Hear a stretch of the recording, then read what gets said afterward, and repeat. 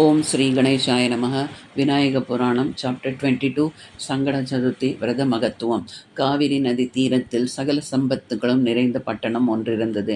அதன் அரசன் கிருத்தவீரியன், அவன் மனைவி சுகந்தை. இருவரும் வெகு நாட்களாக புத்திர பாக்கியம் இல்லாமல் இருந்தனர். பின்னர் ஒரு நாள் அரசன் தன் மனைவியோடு காட்டிற்கு சென்று தவத்தில் ஈடுபட்டான்.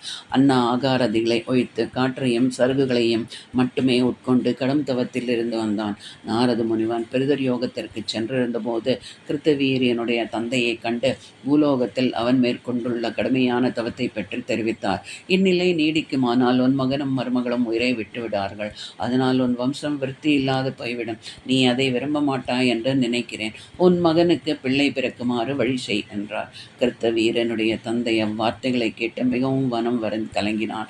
பின் பிரம்மதேவனை தேடி சென்று வேதஸ்வரூபியே, என் மகன் எத்தனையோ தர்மங்களை செய்தும் மகப்பேரின்றி வருந்துகிறான். இத்துன்பம் அவனுக்கு ஏற்பட காரணம் என்ன? தயவு செய்து கூற வேண்டும் என்று கேட்டான். பிரம்மதேவன் அவருக்கு அந்த விருத்தாந்தத்தை சொல்லத் தொடங்கினார். கிருத்தவீரன் தனது முற்பிறவியில் சாம்பன் என்னும் பெயரோடு அந்தனர் வம்சத்தில் பிறந்தான். அவனுக்கு கணேசன் என்றொரு மகன் பிறந்தான். அவர்கள் கவலையற்று வாழ்ந்து வரும்போது துன்பம் அவர்களை பீடிக்கவே சொல்லொண்ணா துயரங்களை அடைந்தனர். வறுமை அவர்களை பலவிதத்திலும் கொடுமைப்படுத்தவே ஒருவேளை ஆகாரத்துக்கு கூட வழி இல்லாமல் தவித்தார். காட்டிற்கு சென்று வழிப்பறி செய்வதாவது பசி கொடுமையை தீர்க்கலாம் என்று அவன் வனத்திற்கு சென்றான். அப்போது 12 அந்தணர்கள் அவ்வழியே செல்வதைக் கண்ட சாம்பன் அவர்களை நெருங்கி தடி கொண்டு அடித்து கொன்றான். பின்னர் அவர்களிடமிருந்த பொருட்களை அபகரித்து கொண்டு உடல்களை காட்டில் உள்ள குகையிலே எறிந்துவிட்டு வீடு திரும்பினான். வீட்டுக்கதவு உட்புறம் தாளிடப்பட்டிருந்தது. அவன் குமாரனாகிய கணேசன் முதல் நாளிலிருந்தே பட்னி. ஆகவே அவன் எங்காவது படுத்து கிடப்பான் என்று நினைத்து கணேஷா கணேஷா என்று 3 தரம் கூப்பிட்டு கதவை தட்டினான். கணேசனோ எழுந்து வந்து கதவை திறக்கக்கூடிய நிலைமையில் இல்லை.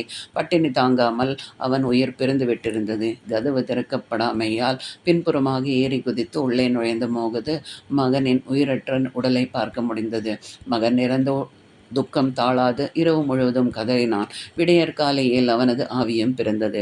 அன்றைய தினம் சங்கட சதுர்த்தி விரதம் அனுஷ்டிக்கும் நாள்.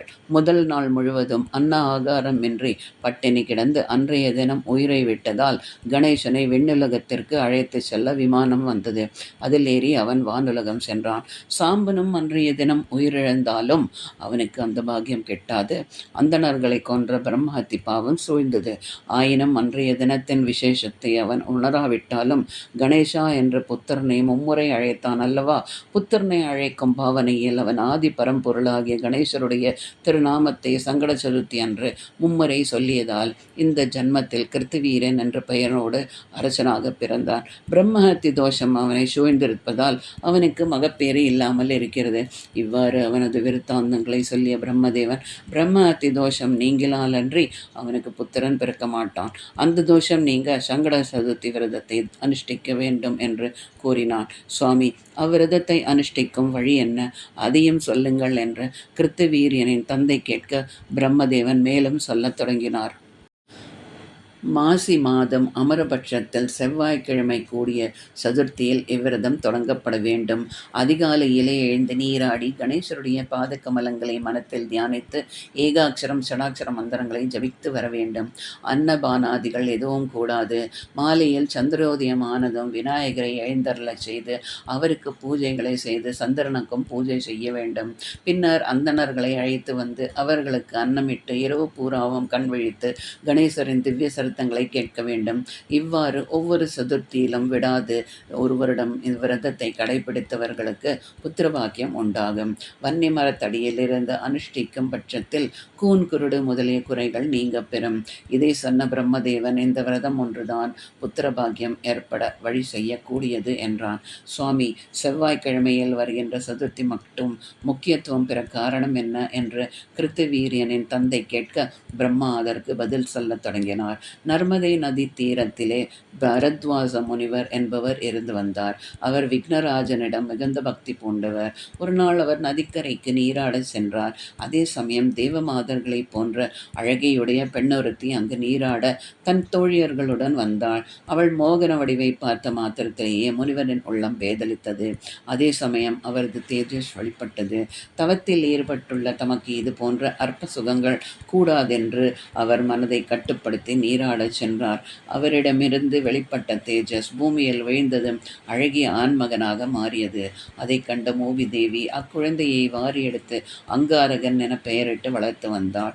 குமாரன் வளர்ந்து வரும்போது ஒரு நாள் பூமாதேவியிடம், அம்மா, என் தந்தையை இதுவரை நான் பார்த்ததில்லையே, அவர் யார் என்று கேட்டான். குமாரா, உன் தந்தை பரத்வாச முனிவர். ஒரு சமயம் ஆற்றுக்கு நீராட வந்த அவர் அங்கு ஸ்நானத்துக்கு வந்திருந்த அழகிய பெண்ணொருத்தியை கண்டு பேதலிக்கவே நீ அவரிடமிருந்து உண்டானா என்று தெரிவித்து பூமி தேவி அவனை அழைத்து கொண்டு முனிவரின் ஆசிரமத்துக்கு வந்தாள்.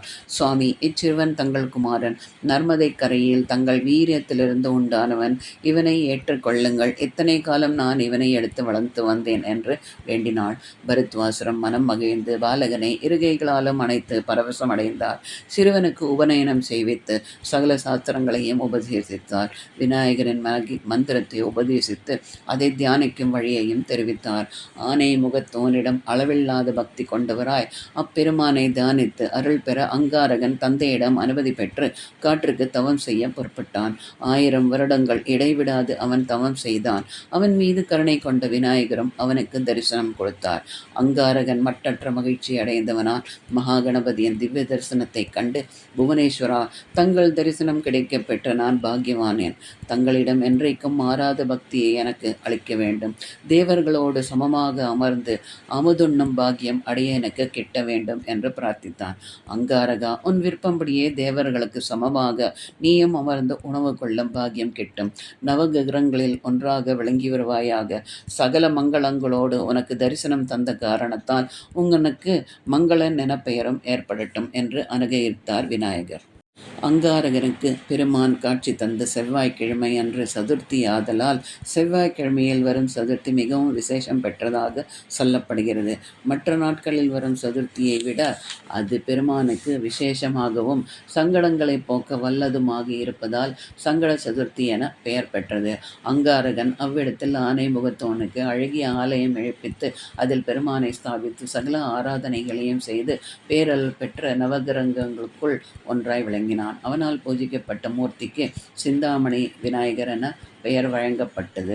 அவரை தேவர்கள் தேவாதி தேவர்களும் வணங்கி ஆராதித்து நற்பலன்களை பெற்றனர். பிரம்மதேவன் இவ்வாறு சொல்லி வந்தபோது, கிருத்துவீரனின் தந்தை சகலகலா வல்லவரே, சங்கட சதுர்த்தி விரதத்தை சந்திரன் உதயமாகும் சமயத்தில் செய்ய வேண்டிய அவசியம் என்ன என்று வினவ பிரம்மதேவன் அதை பற்றி சொல்லத் தொடங்கினார். ஒரு சமயம் பிரம்மதேவன் கைலாசபதியை தரிசிக்க கைலயங்கிரிக்கு வந்தார். அப்போது நாரத முனிவரும் அங்கு வந்தார். தாம் கொண்டு வந்த கனியை அவர் ஈசனிடம் அளித்து அவரை வணங்கி பல வகையாக துதித்தார். பரமேஸ்வரன் பிரம்மதேவனை பார்த்து, நான்முகா, இங்கோ கணேசனும் சுப்பிரமணியனோ இருக்கிறார்கள். நாரத முனியோ ஒரே ஒரு கனியை கொண்டு வந்தார். நான் யாருக்கு தருவது என்று கேட்டார். தேவா, சுப்பிரமணியனோ இளையன், அவனுக்குத்தான் கனியை கொடுக்க வேண்டும் என்றார் பிரம்மா. அதை கேட்ட கணேசனின் திருவான் கோபம் வந்தது. கண்கள் தீப்பொறி பறந்தது. ஆக்ரோஷத்தோடு நான்முகனை பார்த்தார். அவரது கோபத்தை உணர்ந்த பிரம்மதேவன் ஓடி சென்று அவரது பாதங்களில் விழுந்து, கணாதிபா, அடியேன் செய்தது குற்றமானால் என்னை சமிக்க வேண்டும் என்று பிரார்த்தித்தார். கணேசனும் மனம் கனிந்து கோபத்தை விடுத்து சாந்தமானார். அப்போது சபையில் இருந்த சந்திரன் பிரம்மதேவனுடைய நிலையை கண்டு நகைத்தான். அதை பார்த்த கணேசர் அவனுக்கு தகுந்த புத்தி புகட்டும் எண்ணம் கொண்டு, சந்திராய், பெரும் சபையில் கொஞ்சமும் அடக்கமில்லாது சிரித்ததன் மூலம் உன் பெருமையை இழந்துவிட்டாய். ஆகவே உனக்கு உலகத்தில் பிரகாசமின்றி போகட்டும். உன்னை பார்ப்பவர்களும் துன்பம் அடைவார்கள் என்று சபித்தார். அந்த கணமே சந்திரன் பிரகாசம் மங்கிவிட்டது. இதனால் அவமானமுற்ற அவர் பிற எதிரில் இருக்க மனமில்லாது தன் பிறத்திற்கு சென்று விட்டான். சந்திரன் இல்லாததால் ஒளி இழந்த தேவர்கள் அமுதம் கிடைக்காது இந்திரனிடம் சென்று முறையிட்டனர். கணேசருக்கு அபசாரம் செய்ததால் சந்திரன் சாபம் அடைந்துள்ளான். அச்சாபத்தை அவர் ஒருவரே நிவர்த்திக்க வல்லவர். ஆகவே அவரையே சரணடைவோம் என்று இந்திரன் சொல்லவே தேவர்கள் அனைவரும் விநாயகரிடம் வந்தனர். அவரை பணிந்து ஸ்தோத்திரங்களால் பலவாறாக துதித்து, அநாத ரக்ஷகா, ஆபத் பாந்தவா, தங்களுக்கு அபசாரம் செய்து சந்திரன் சாபம் பெற்றதன் விளைவாக பூலோகமும் தேலோகமும் சங்கடத்துக்குள்ளாகிவிட்டன. தேவர்களுக்கு அமுதம் சுரக்கவும் பூலோகத்தில் பயிர்கள் வளரவும் பொறுப்புடையுள்ளவன் சந்திரன். அவன் இல்லாது இரு காரியங்களும் நடைபெற வில்லை. சிறிதோர் செய்த குறைகளை பெரியோர் பொறுப்பதே முறையாகும். தாங்கள் தயவு செய்து எங்கள் மீது கருணை கொண்டு அற்பனான சந்திரன் செய்த பிழையை பொறுத்து அவனுக்கு ஏற்பட்டிருக்கும் சாபத்தை நிவர்த்திக்க வேண்டும் என்று பிரார்த்தித்தனர். இந்திரா, உங்கள் பால் எங்கள் கருணை இல்லாமல் இல்லை. ஒருவன் செய்த தவற்றின் காரணமாக நீங்கள் அனைவரும் அவதிப்படுவதை நான் அறிவேன். பெரியோர்களின் முன்பு அடக்கமில்லாது அவன் நடந்து கொண்டது முறையாகாது. அதற்காகவே தண்டனையை அனுபவிக்க வேண்டும் அவன். ஆகவே ஆவணி மாதத்தில் பூர்வபட்சத்தில் வரும் சதுர்த்தி அன்று மட்டும் யாவரும் அவனை பார்க்காதிருக்கட்டும். அப்படி பார்த்தார்களேயானால் அவர்கள் பெரும் கஷ்டத்துக்குள்ளாவார்கள் என்று சாபத்தை சிறிது மாற்றி அருளினார் விநாயகர். பின்னர் தேவர்கள் சந்திரனிடம் சென்று சாப விமோசனத்தை அறிவித்து அவனுக்கு விநாயகரின் ஏகாட்சர மந்திரத்தை உபதேசித்தனர். அதை தியானித்து பரம்பொருளாகிய விக்னராஜன் அருளை பெறுமாறு சொல்லிச் சென்றனர். சந்திரனும் கங்காச்சர் சர்வசித்தி நகரம் என்ற இடத்திற்கு சென்று தேவர்களால் உபதேசிக்கப்பட்ட ஏகாட்சர மந்திரத்தால் விநாயகரை 22 வருடங்கள் இடைவிடாது தியானித்தான். விநாயகர் அவனுக்கு இறங்கி அவன் முன் தோன்றினார். சந்திரன் அவரை வலம் வந்து பாதங்களில் வீழ்ந்து வணங்கி, கணநாயகா, நான் அறியாமல் செய்துவிட்ட பிழையை பொறுத்து எனக்கும் பிரகாசம் உண்டாகும்படி அனுகிரகிக்க வேண்டும் என்று பிரார்த்தித்தான். சந்திரா, தேவர்கள் ஒன்று கூடி என்னிடம் வந்து உனக்காக வேண்டிய போதே உனக்கு நான் இட்ட சாபத்தை நிவர்த்தித்து விமோசனம் அளித்து விட்டேன். இப்போது உனக்கு மேலும் ஒரு வரம் தருகிறேன். சங்கட சதுர்த்தி அன்று நீ உதயமாகிற நேரத்தில் என்னை பூஜிப்பவர்கள் உன்னையும் பூஜித்து அருள் பெறுவார்கள். உன்னை அனைவரும் போற்றும்படியாக உனது கலைகளுள் ஒரு கலை என் திருமுடியில் எப்போதும் இருக்கட்டும் என்றார் விநாயகர். சந்திரன் ஆனந்த சாகரத்தில் மூழ்கினான். அவனுடைய மங்கி கிடந்த பிரகாசம் முன்னிலும் பன்மடங்கு அதிகமாக ஜொலிக்க ஆரம்பித்தது. அருள் பாலித்த அப்பெருமானுக்கு ஓர் ஆலயம் எழுப்பித்து அதில் பாலச்சந்திர விநாயகரை பிரதிஷ்டை செய்து அவருக்கு ஆராதனைகள் பல செய்து சர்வ சித்திகளையும் பெற்றான். பிரம்மதேவன் சந்திரனுக்கு இடர் ஏற்பட்டு பின்னர் அது மறைந்து விருந்தாத்தத்தை சொல்லி வர, கிருத்தவீரியனின் தந்தை பிரம்மதேவா, இப்பிரபஞ்சத்தில் எத்தனையோ மனம் கவிழும் புஷ்பங்கள் இருக்க அருகம்புல்லிடம் கணநாதருக்கு பிரியம் ஏற்பட்டிருக்கிறதே, அந்த மகிமை எவ்விதம் ஏற்பட்டது என்பதை சொல்ல வேண்டும் என்று கேட்க அந்த விருத்தாத்தத்தை சொல்ல ஆரம்பித்தார் நான்முகன்.